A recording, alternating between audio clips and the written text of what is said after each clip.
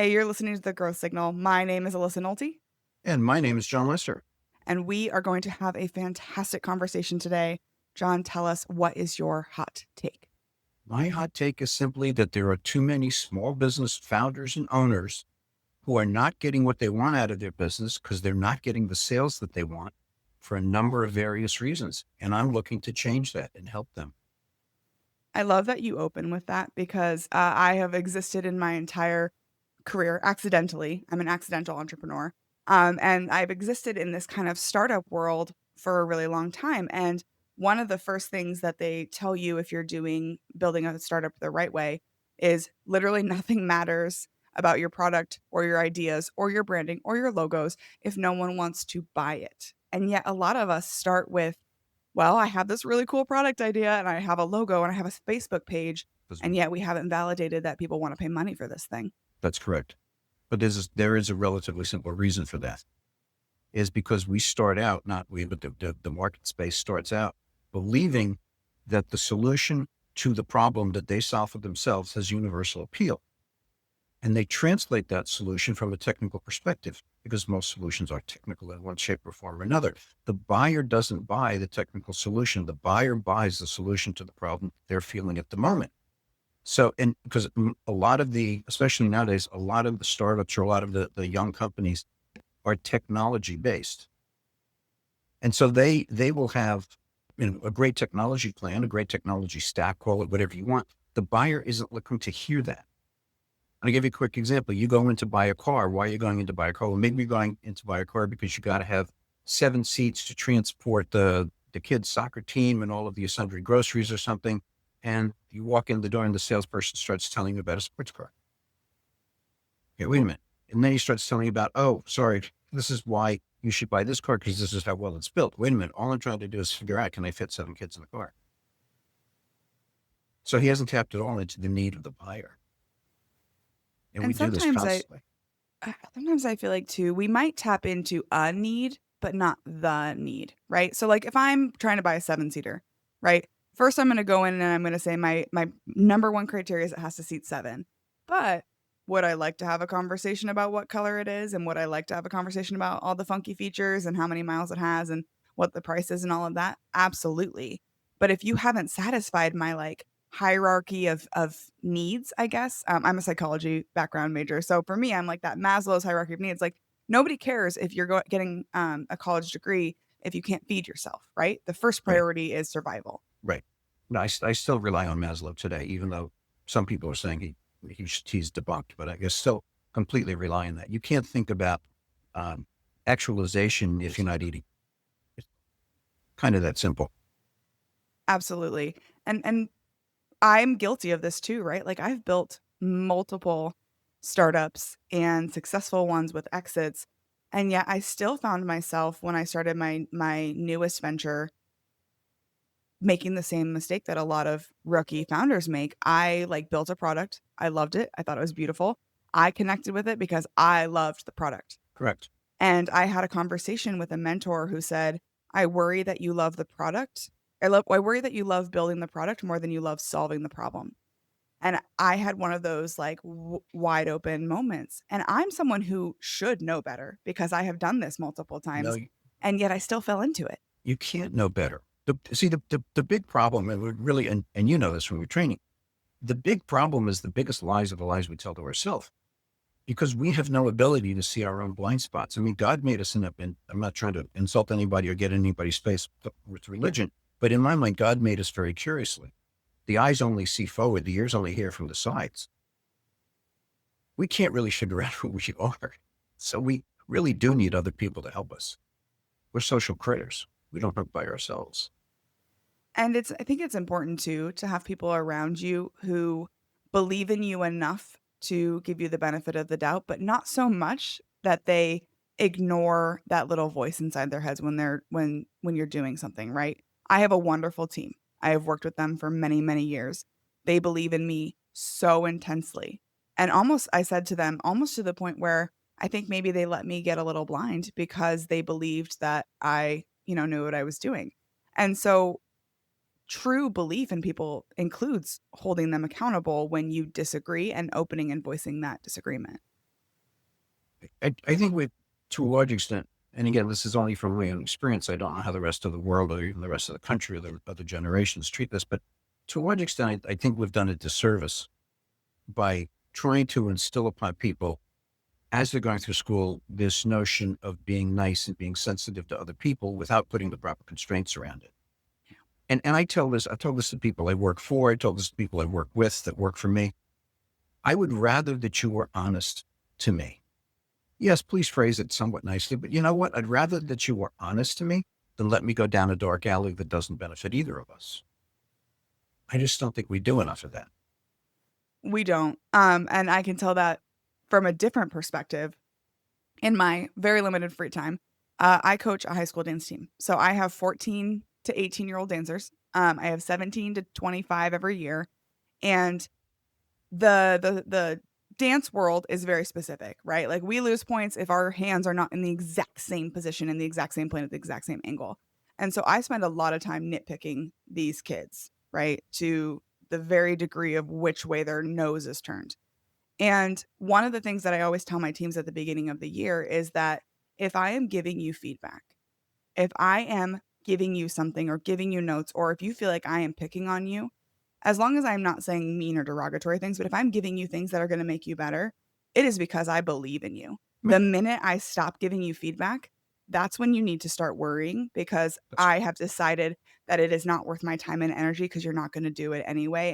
And I've lost the belief in your potential. correct. Because it's But more we than don't do dance. that as much as we should with grown adults. Like if I'm able to do that with teenage girls, why are we not doing that with the businesses we're starting, the leaders that we're working with, the people that we care about and want to succeed? No, I'm an advisor on our local junior fire department. We have one of the best junior fire departments in the United States, and we take 16 to 18-year-olds. Now we train them, and these kids work. And the only difference is they cannot go inside a fire, and they can't handle power tools. Outside of that, they're doing everything else. They're a support group, and I try to get across to them that it's not so much that you have to do this absolutely correctly, but you have to understand what you're doing. And so I'm trying to correct your thinking. Because at the end of the day, when a real one goes off, and we've had some real ones, you actually don't have time to think. And lives are a danger, serious lives are a danger. So if your muscle memory isn't built, you're done. And then I get called out for speaking harshly to the kids. I'm like, no, I care about that the kid survives. I Yeah. don't want to be the one that goes to somebody's house, knocks on the door and says, your child's dead. No.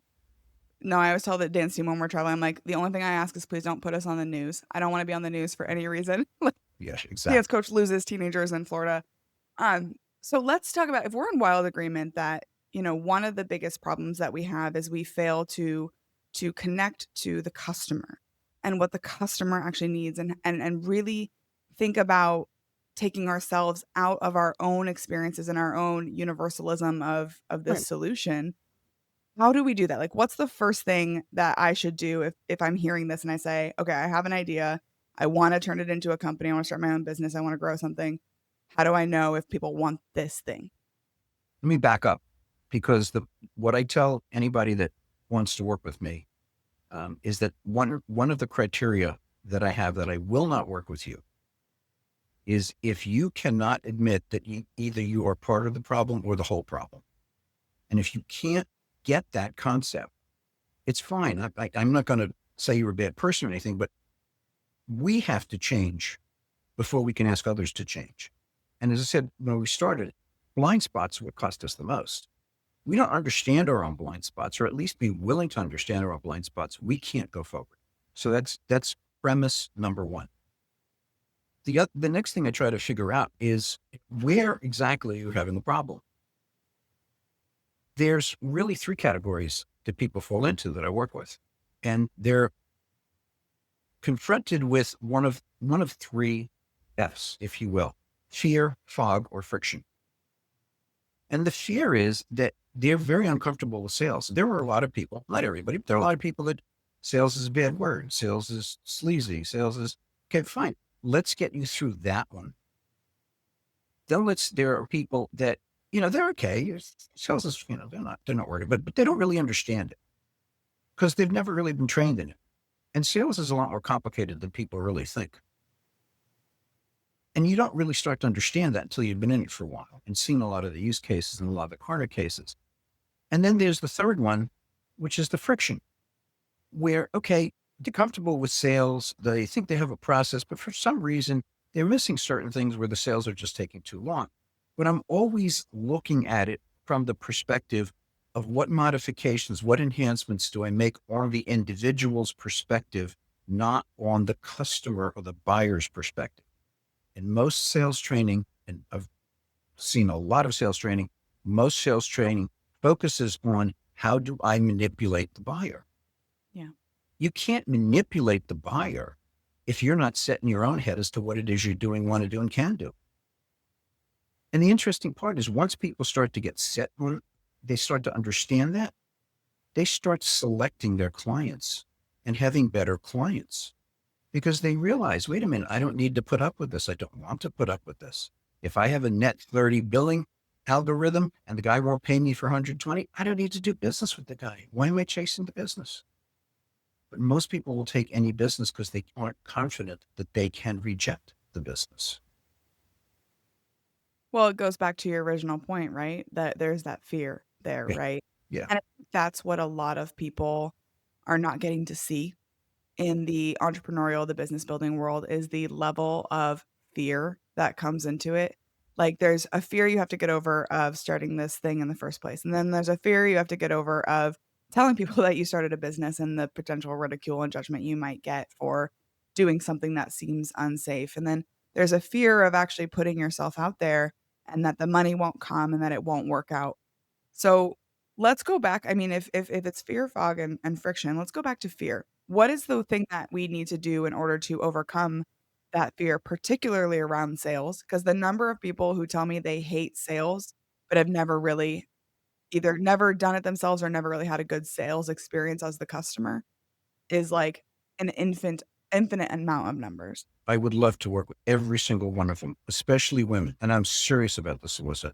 When I get women to understand how much power they really have, I've turned some into super badasses and they start walking around. I'm a super bad. And I could give you some cases of when you free certain women up, they are amazing. Right. And that's what I get really excited about is to see somebody turn amazing. But look, here's the reality. And depends on what source you use. And again, I'm not looking at exact numbers. I'm looking at notionals and trends. There's enough evidence to suggest that 60 or so percent, 60 to 70% of who you are and what makes you up is decided by the time you're 5 or 6 years old. So you're running around with these preconceived notions, call them mental models, because to me, they are the mental models. They're the ways you make decisions. They are the prejudices, the perspectives that you have that you didn't think through. Right? I'll give you a quick example. You're 4.5 years old. Your mommy and daddy need a car. They go into the showroom. You're in tow. You're like, wow, this is cool, shiny stuff, whatever. Right? The salesperson comes up to him and says, oh, you really want to buy blah, blah, blah. And dad goes, that's okay. Thank you. We just want to look around. Salesperson walks away. Dad looks at mom and goes, I hate those scummy salespeople. What just happened to the 4-year-old? That got buried in their subconscious. 20 years later, they apply for a job as a salesperson. They go to try to sell. Their subconscious is going, hey, wait a minute, you can't do this because salespeople are scummy. They have no idea this is happening. Yeah. Now, think of how many times, like we have somewhere between 50 to 60,000 thoughts a day, which is crazy. Think of how many of those are going in for a 4-year-old or a 5-year-old who has no ability to sort them out and determine whether or not they're correct. So the first thing I have to do with folks is start to understand and help them modify, not necessarily change, but modify their mindset. Why do you think about this? So I'll give you one great example. What's probably the worst word? If you hear people say, oh, I can't stand sales. Why can't you stand sales? Can't you stand sales? Because it's manipulative. Okay, so the last time your back hurt, what did you do? Oh, I went to the chiropractor. What did the chiropractor do? Oh, he manipulated my spine. Oh, my goodness. Right. Now, is that a bad word? Or is it context? I think that's really important too. I'll admit, like, I always tell people I was a reluctant seller. I loved the product that we were doing and I loved the thing that we were solving in my first startup. And so I was able to sell because I was so excited um about the thing that we were doing, right? And that passion and that excitement radiated off of me. Correct. And therefore it didn't feel like sales because it was really just talking about like the thing I was excited about. And then it just so happened that people, caught on to that excitement and then said, "Okay, how much?" And then I had to, do all of that back and forth that I don't love as much. Right. But one of the things that I kind of discovered about myself as a personal core value that I also think makes me a pretty good seller is I love the thrill of the solve. Like I always tell people that as a core value for me, I love to break things down. I love to understand why it's not working. I love to come up with ideas and solutions of how we can do it better and different. And so I get so much joy about someone telling me like, "Here's the problem that I'm struggling with." And then I love the flip side of that where I get to say, "Oh, here's some cool ideas about how we Right. could fix that." Whether I can sell you a product or not, I love that part. So, how do we help people uncover what it is about them, whatever their superpower, whatever word you want to use, that they can use in a sales motion to sell their product, to grow their business, even if they don't love the thrill of the solve or the process that goes along with sales? How do we empower that? What I find is that they fall into a few groups, and you got to really understand the motivational part of the individual. I mean, the first thing I have to do though is get them to start to understand that these mental models have to be either changed, which you can and can't do. So it depends. Uh, Understand the implication of the mental model. If you're not going to change it, understand where it's not appropriate. I mean, all right. So your father was a drunk and he beat you up every week, and that led you to believe that Jack Daniels is the devil. Okay, are we going to deal with that? I don't know, but here, deal with this. Some things you're not going to change. You're just not. So how do you mitigate them? But sales is going to happen based upon if you enjoy the personal relationship. So if you enjoy people and enjoy talking to people, that's an aspect that's in there. There are some salespeople I know that don't enjoy sales, don't enjoy people, but they sell successfully because they are subject matter experts extraordinary. Okay, so they understand not only the offering, but they understand the use cases, they Yep. understand the applicability of the problem solving. And so they become very successful. I mean, we had a, s- we had a systems engineer years ago at a company, one of the best I've ever seen. And we would bring the prospects in, and Danny would stand up and he would tell them all about the product, all about what it would do, everything, how wonderful it was. There was a pause, and then the buyer would go, "So Danny, tell me what's wrong with the system." And Danny was just, "Okay, now here's what's wrong." And we were, Danny, you gotta stop doing that. Yeah. But, and then there are people which, and this is where I think one of the big problems comes in. There are people that are masters at tactics. So how do I manipulate a buyer? And I'm not using manipulate in a negative term, but I am using the term of how do I get somebody to do something that I want them to do as opposed to they do. I'm not making a value judgment. It is a strength of certain people. Yeah. It's what they do. All right. So you really have to start to figure out, what do you want to do? Do you want to be a people person? Do you want to be a process person? Do you want to be a tactics person? And people over time, this doesn't happen in one conversation. We'll figure that out with them. We'll get to that. But we first have to get rid of some of those preconceived notions. The biggest issue, though, the single biggest issue is that people believe that sales is something you do to somebody else.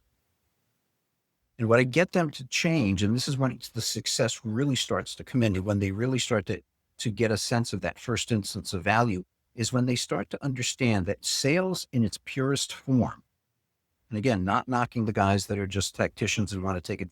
Look, con men have a wonderful role in life. They really do. What's his name? Bill Yu, I can't remember his last name, started it, but it wasn't kind. It was some kind of nutrition company. He and his wife started it. Tom, I think is his name. Amazing individual. And he needed to be selling door to door kind of. So he said, well, where can I get people that really understand the art of the deal, how to make a deal, how not to take no? He started hiring junkies, drug dealers. Smart. It's very smart. Yeah. He grew the business to $1 billion. All right. Because he understood them. But we have to really look at it as the only reason, theoretically, somebody is having a conversation with you is because they are trying to solve a problem. So your job is to help them solve a problem. Your job is to help another human being who is struggling with something come out of the struggle, have an aha moment, and be happy. That's your job. That's selling. It's not forcing it down somebody's throat. It's not having them say yes 6 times so on the seventh they close a deal. That's not what it is. But that's what we've preached it to be for so long in this country.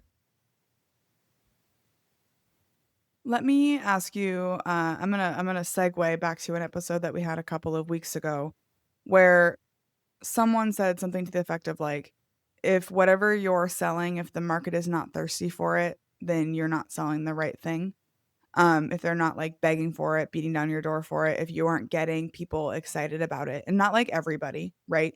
But whoever your customer base is, what do you do if you're selling these things? You're doing all of the right things, you are building relationships, you're doing the tactics, you're a subject matter expert in what you do, and yet there's a polite shrug from the people that you're talking to.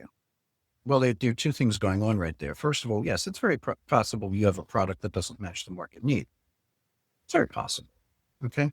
I would hate to be a horseshoe salesman out in the real world trying to sell $1 million a year of horseshoes. Right? It's not going to work. Is there a small market for it? Yes. Are there special people to do it? Yes. Usually, so there's a couple of things. One, the salesperson has an obligation, though, to be able to put themselves in a position where they can solve people's problems. Now, is the salesperson not identifying the true problem properly? Or is the product, or I call anything we sell an offering because it could be a product, could be a service. So I use offering for your audience. Is the offering really not competitive? But here's what I will tell you. I have never sold the best product in my life, and I've been selling for 50 years. And I've sold Danish and bingo and Cokes to multi-million-dollar technology solutions. I have never sold the best product. So the other thing is, as I said before, but it's the crucial thing.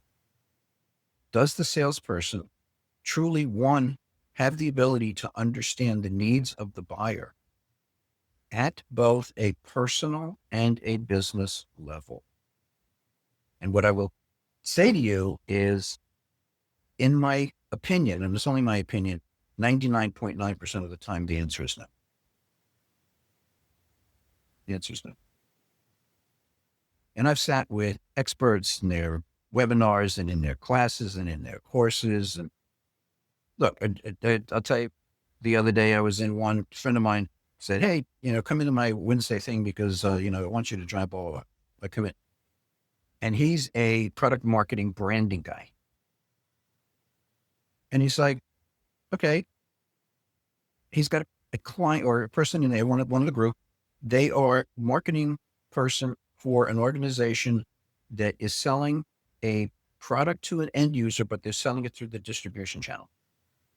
It doesn't matter what it is.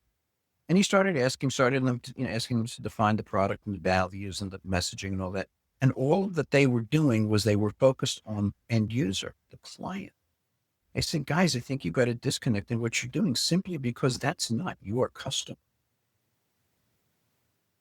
You've got to figure out how to position this to the distributor. Yep. But Alyssa, I see this. Hi. I have seen that exact same thing. I was working with someone who provided services to an end user, but it was paid for by an original equipment manufacturer. Correct. And they would always refer to these end users as their customers. Yeah. And then when they would try to go sell follow on services to those end users that were to be paid by the end user, it was like crickets because they weren't used to paying for this thing because the OEM paid it. Correct. And it was such a hard transition to get end users who had never had to pay for this service before because it was subsidized to transition. And then eventually the program went away because they weren't selling to the distributor, the OEM, how important their work was Correct. and how they should be investing in it because it's beneficial to the OEM, their actual customer. biggest reason customers live, and this, everybody should write this down, this thing, the biggest reason historically customers leave their vendor, and we're all vendors, is because the customer comes to a point where they believe that their vendor doesn't care. Biggest What cause of that is that vendors fail to reinforce to the customer the value that they bring to them. And I have had so many discussions about, well, that doesn't really matter if you're selling a one-off. Well, yeah, it does. It can. So your other issue here is people don't really understand what they're selling. And I'll give you this one. If you ask most people, most salespeople, and actually VPs of sales, what is the reason for closing a deal? And they will answer you, because we're trying to close the deal and we get money. And I forget who coined it, but they're in there. And I use this all the time.